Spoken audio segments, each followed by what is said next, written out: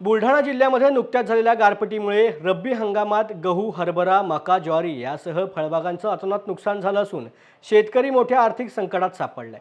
शेतकऱ्यांच्या हातातोंडाशी आलेला घास निसर्गाने हिरावून घेतल्यामुळे झालेल्या नुकसानीचे तात्काळ पंचनामे करून शेतकऱ्यांना सरसकट एकरी 50,000 रुपयाची मदत द्यावी अशी मागणी वन बुलढाणा मिशनचे संदीप शेळके यांनी जिल्हाधिकाऱ्यांमार्फत कृषी मंत्र्यांकडे केली आहे। कशा संदर्भात निवेदन दिलं दादा? काल जिल्हाभरामध्ये जवळपास सर्वच तालुक्यांमध्ये अतिवृष्टी आणि गारांमुळे पिकांचं घरांचं प्रचंड नुकसान झालेलं आहे। तूर, गहू, मका, कांदा, संत्रा, केळी, फळबाग आणि सर्वच पिकांचं प्रचंड नुकसान झालेलं आहे। 5-5 एकराच्या बागा झोपलेल्या आहेत। बऱ्याच उसरा आणि सुनगाव, जळगावमध्ये अनेक गावांमध्ये घराचे टिन उडून गेले आणि घरामध्ये जे सोयाबीन, कापूस जो इतर शेतमाल साठवून ठेवलेला होता तोही भिजलेला, त्याचंही नुकसान झालं।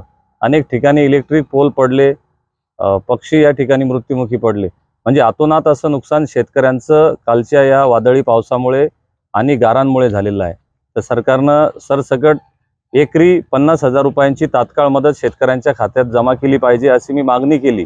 आणि पीक विमा जो काढलेला आहे तर सरकारने कागदपत्र शेतकऱ्यांना जमा करायला न सांगता स्वतः त्यांचे ते कागदपत्र जमा करून स्वतः ते दावे दाखल करून घेतले पाहिजे आणि पीक विम्याची सुद्धा या 50,000 रुपयांसोबत पीक विम्याची सुद्धा भरपाई सरकारनं तात्काळ दिली पाहिजे अशी मागणी आज आम्ही जिल्हाधिकाऱ्यांकडे केली।